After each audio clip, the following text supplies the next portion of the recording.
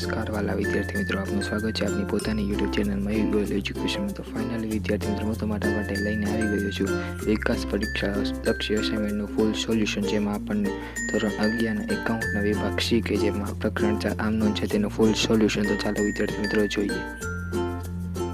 વિદ્યાર્થી મિત્રો, અહીં આપણને પ્રથમ દાખલો આપેલો છે, નીચેના વ્યવહારોની કાર્તિકને આમનોંધમાં લખો, જેમાં આપણને પ્રથમ વ્યવહાર આપણને આપેલો છે રૂપિયા 25,000ની કિંમતનો માલ સુકેતુએ 5% રોકડ વટાવે આપણને મોકલ્યો।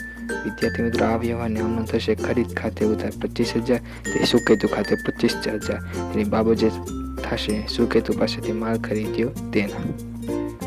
વિદ્યાર્થી મિત્રો, અહીં આપણને બીજો વ્યવહાર આપણને આપેલો છે રૂપિયા 30,000ની કિંમતે કાર્તિક પાસેથી 10%ની લોન લીધી।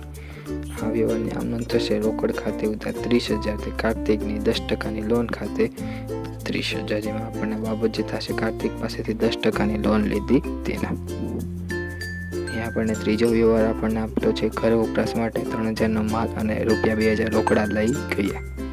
વિદ્યાર્થી મિત્રો, આ વ્યવહારની આમનોંધ થશે ઉપાડ ખાતે ઉધાર 5,000 તે ખરીદ ખાતે 3,000 તે રોકડ ખાતે 6,000।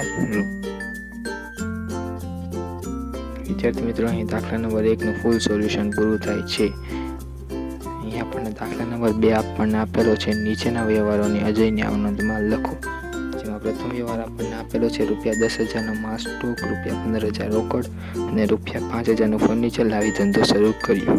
વિદ્યાર્થી મિત્રો, આ વ્યવહારની આમનોંધ થશે માલ સ્ટોક ખાતે ઉધાર 10,000, રોકડ ખાતે ઉધાર 15,000, ફર્નિચર ખાતે ઉધાર 5,000 તે મૂડી ખાતે 30,000 રૂપિયા, જેમાં આપણને બાબત જે થશે માલ સ્ટોક, રોકડ અને ફર્નિચર લાવી ધંધો શરૂ કર્યો તેના। અહીં આપણને બીજો વ્યવહાર આપણને આપેલો છે લતેશને રૂપિયા 5,000 ઉછીના 10% વ્યાજે આપ્યા।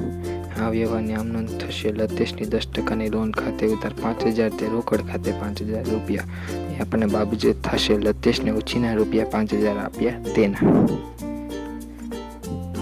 અહીં આપણને ત્રીજો વ્યવહાર આપણને આપેલો છે પાયલને રૂપિયા 14,000નો માલ વેચ્યો, અડધી રકમનો ચેક મળ્યો જે બેંકમાં ભર્યો। આ વ્યવહારની આમનોંધ થશે બેંક ખાતે ઉધાર 7,000, પાયલ ખાતે ઉધાર 7,000 તે વેચાણ ખાતે 14,000 રૂપિયા, અહીં આપણને બાબત જે થશે રૂપિયા 14,000નો માલ વેચ્યો તેના। વિદ્યાર્થી મિત્રો, અહીં દાખલા નંબર 2નું ફૂલ સોલ્યુશન પૂરું થાય છે। અહીં આપણને દાખલા નંબર 2ની આમનોંધનો સરવાળો આપણને મળી જાય છે, જે 49,000 રૂપિયા છે। અહીં ત્રીજો દાખલો આપણને આપેલો છે નીચેના વ્યવહારોની બિનલની આમનોંધમાં લખો, જેમાં પ્રથમ વ્યવહાર આપણને આપેલો છે અંગત મોટર કાર રૂપિયા 80,000નો વેચી રૂપિયા 50,000 ધંધામાં લાવ્યા। આ વ્યવહારની આમનોંધ થશે રોકડ ખાતે ઉધાર 50,000 તે મૂડી ખાતે 50,000 રૂપિયા, તેની બાબત જે થશે રૂપિયા 50,000 ધંધામાં લાવ્યા તેના। અહીં બીજો વ્યવહાર આપણને આપેલો છે કનકને તેટેલી લોન પર રૂપિયા 200 વ્યાજ મળ્યું।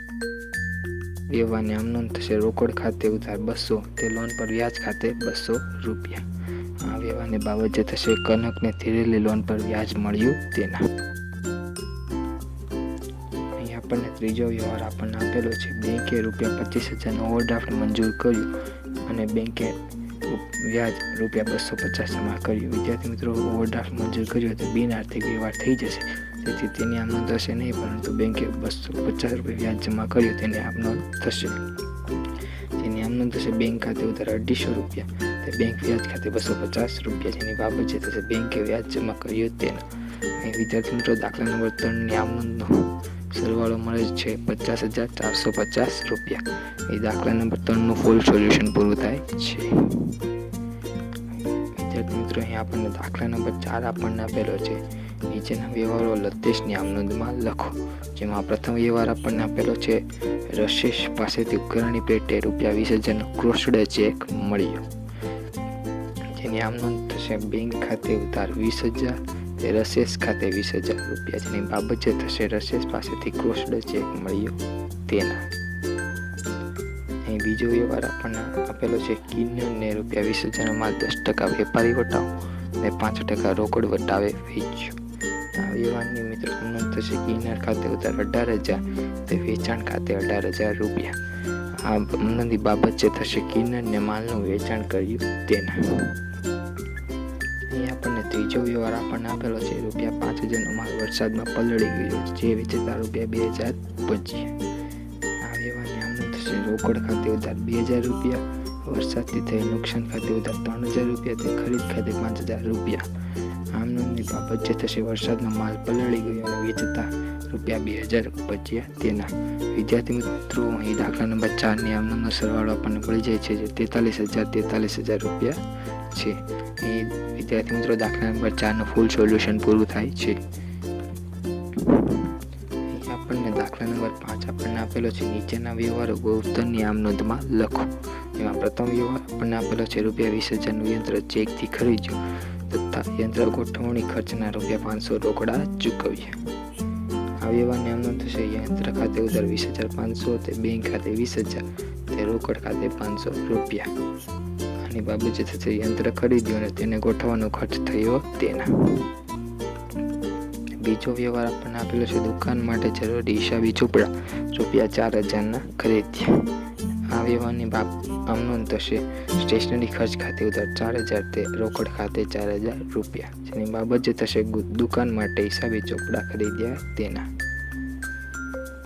અહીં આપણને ત્રીજો વ્યવહાર આપણને આપેલો છે અનુપમના 10,500 બાકી લેણા પેટે રૂપિયા 10,000નો ચેક આપી હિસાબ ચૂકતે કર્યો તેના.